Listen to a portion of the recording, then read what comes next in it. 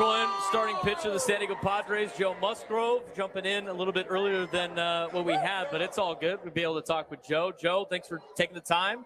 Yeah, absolutely. How's it been? I mean, you're pulling a lot of directions, of course, today. A lot of fans out here today, man. It's exciting to see. I think everyone that showed up today is just as excited as we are as players to get back out there.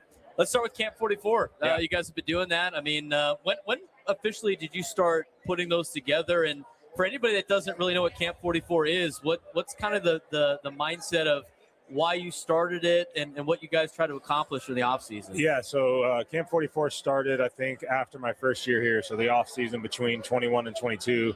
And the idea of the camp is to get everybody together, a week or two before spring training, pitchers and catchers. And, every year there's so much turnover with roster, and you got new guys coming in, you got new catchers that you haven't thrown to before. So on the player side, it gives us a chance to, to make a new friend so that when you show up at spring training, you're not coming into a brand new clubhouse blind and not knowing anybody. That can be a bit intimidating at times, and you end up cutting into days in spring training and almost wasting a few days just trying to get your bearings, trying to remember names, meet people. The pitching coaches that watch us throw, they're trying to put together game plans and what we want to work on over the course of spring training, and you end up wasting those first 4 or 5 days getting all that in order. So the idea is get all these guys out here, get to work together, get to throw to your new catchers, and then ultimately just meet each other and build some of that camaraderie so that when you show up to spring, we can kind of hit the ground running from day one. I'm sure you're just chomping at the bit to get out there and start competing again. Yeah. That was how difficult was that for you last year? You've had some injuries in the past, but I just the way you handled it, at least me watching from afar, seemed like you used some of that old experience for that last season. But you're out there trying to lead and do all that. I know the guys really appreciate it, but that had been hard watching a lot of those games from the sideline. What was that like being basically being a coach, right? Yeah, I think it looked like I had it a lot more together than I actually did. Kind of the fake it till you make it thing. But, I know the impact that I have in the clubhouse. And, like you said, my experience in the game is something that you can't just, create out of nowhere. So I really tried to, pour into a little more, like you said, of that coaching role and just be available for the guys. So making every road trip, being at every game, being in the dugout with everybody. Selfishly for me, it was a good feeling to be around the guys and the camaraderie. And I just love this game, and I love all the parts of it, the road trips, the planes, the nights in the hotel after games. Those are some of the best times that you get as a player. So selfishly not wanting to lose out on that for a year, but also just to be there and to share some experience and talk about, lineups that we're facing and to keep myself in touch with the game, not take a year off of game planning and watching these guys play and kind of keeping up with trends of the league. So partially selfish for me to make sure I'm ready to go when I get back, but also to be an impact on the players and the rest of the guys in the clubhouse. I coach high school football, and guys get injured, and it's the mental side is also huge. What kind of advice do you have to younger players that might have a serious injury and that mental side of coming back, because your body will start getting ready, but that first time to really go full go again, I'm sure there's a little bit of nerves in there. From your experience, what would you give to some young athletes that have to go through that the first time? Yeah, I think the basic concept for me is the way I see it is, in the end, everything is going to be fine, and I'm going to get back to where I want to be. And if I'm not back to where I want to be, then it's not the end. I'll just kind of keep working until I get there. But it's the idea that I know it's going to be okay, and it's just a matter of time before it is. So I think, the luxury for me in this case is I had a year. No one expected me to be back, for at least a calendar year. And if we got into the off season, now we're looking at 15, 16 months. So there was plenty of time. So I was able to kind of slow play the rehab, make sure I was in a good spot to take the next jump and take on the next challenge in the rehab. But there's a lot of down days, man. There was weeks at a time where I could barely move my arm. I couldn't throw a ball, and I was supposed to be progressing and moving forward. But you got to listen to your body, and you got to trust that things are going to work itself out. The body has a magical way of healing itself. You just got to provide it, the opportunity to. So staying on top of the rehab work, staying on top of the recovery, trying to eat right, and, provide my body with the best opportunity it can to heal. We're talking with Joe Musgrove here on the Braden Surprenant Show, starting pitcher for the San Diego Padres, live at FanFest. You said this season you're thinking about October, right? Yeah. So you're willing to take maybe some days off rest-wise if you need to. Maybe limit the innings and stuff like that.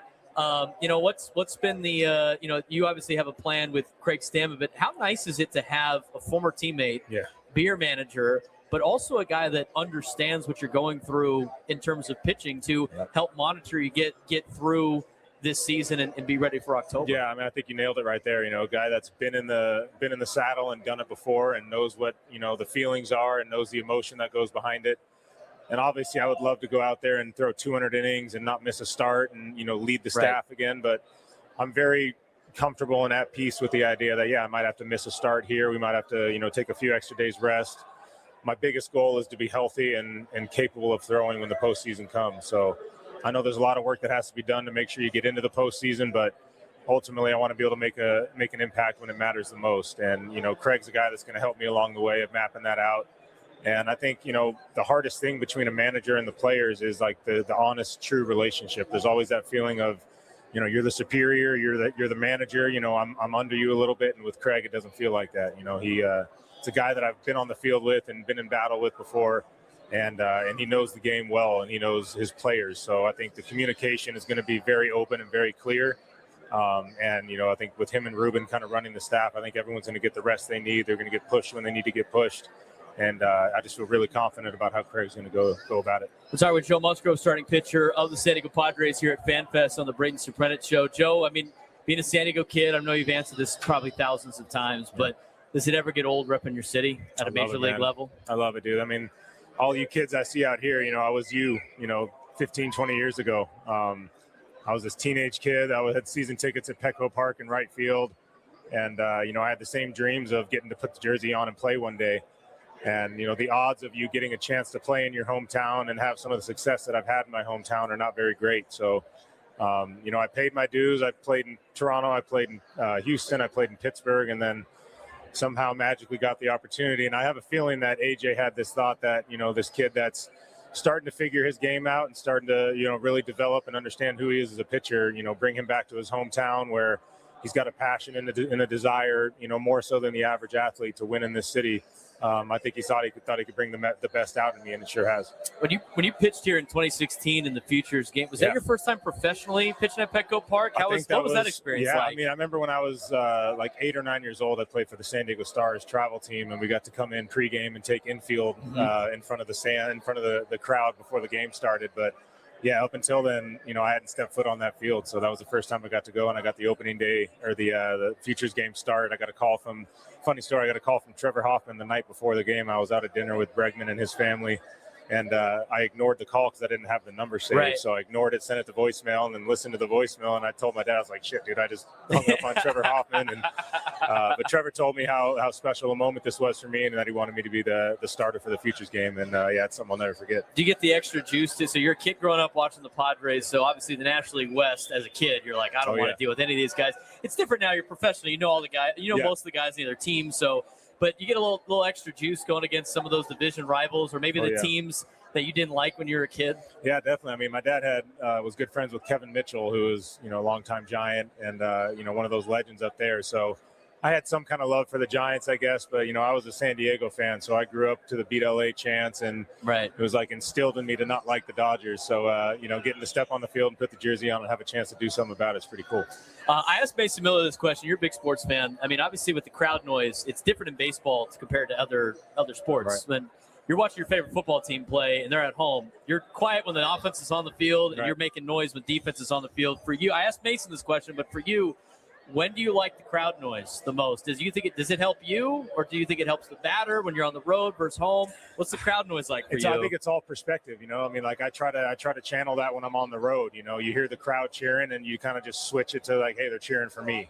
Right. But at home, I mean, it's on the mound. It's you get the strike one, and it's a light rumble. Then you get strike two, and everyone's on their feet, and they're waiting for that last moment. Those are like the moments that I notice and that I hold on to is like, I got this guy on the ropes and I got a chance to put him away. Everyone wants it, especially when you're in 6th, 7th inning, you're at 98 pitches and you got 2 outs and 2 strikes on the hitter. And this is my last pitch I got to make. Like those are the moments that are everything. And, this fan base is unbelievable, man. And I think we've all gotten to experience, most of the guys in that clubhouse, what it's like to play in an empty stadium in the COVID year. Right. And it's wild what an impact a rowdy fan base makes, and this is one of the best places to do it. It's probably fun silencing a crowd, too, like you did in New York in the playoffs. That's probably a fun feeling also. Dude, I haven't been in a quieter stadium since then.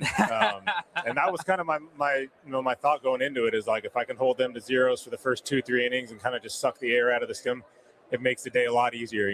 Just don't give them any reason to get the crowd rowdy. Try to keep guys off base and limit these vulnerable situations and try to take the crowd out of it. We're going to finish where we started from, Camp 44. Based on how you guys went through the offseason, you worked a lot with these players. What is something that you want fans to know about what this team's going to do this year and what they should know going into 2026 about this squad? Yeah, I mean, we got, myself being back healthy. We got Nick Pivetta, who's coming off an amazing year, and now he's a little more comfortable in the setting with the team and pitching in this stadium and experiencing the fan base. Michael King signed back to a deal now where he's, knows he's going to be here for a little bit and has a chance to just, put his work out there. But it's really the culture of this pitching staff, man. I mean, we have extremely, extremely competitive guys, guys that know how to work hard, guys that work smart. And I think we got one of the best pitching staffs around as far as, the support pieces with Ruben and Pete and Ben Fritz. And I think Camp 44 is a time for us to bring some of these new guys in and say, hey, this is what we're about here. This is how we do things. And, like Schultz, you say, we don't apologize for having high standards. And, there's an expectation when you come here and play that you're going to carry yourself a certain way and you're going to, put the effort in a certain way. And we don't ever knock people for results. It's a results-based business, but all you can give is all that you have. So if you're putting everything in you got, we can live with that. Down the line, things are going to work themselves out and we'll find our way. But this is a very motivated staff. And I was just talking to the reporters for the media session downstairs, and every year we seem to find ourselves in, the last 5% of rankings and pitching projections. And somehow we end up in the top 5% every year. So, we like the expectations to be low on us, and we like to exceed those expectations and show them what we're made of. So you got some fiery guys in the starting rotation and in the bullpen. That brings a lot of heat for sure. We do, and we got a lot of confidence in those guys. I think that's a big part of it. Having the bullpen that we have, we can go out there and attack the zone and get after guys, knowing that if we can get through 5 with a lead, these guys behind us can shut the door. Joe, I know you're a very popular man today. I know you got a lot of stuff going on. Yeah. We really appreciate you taking the time and look forward to talking to you again. Thanks again. Absolutely, man. Appreciate it, Braden. Joe Musgrove joining us on the Braden Surprenant Show. Big thank you to him.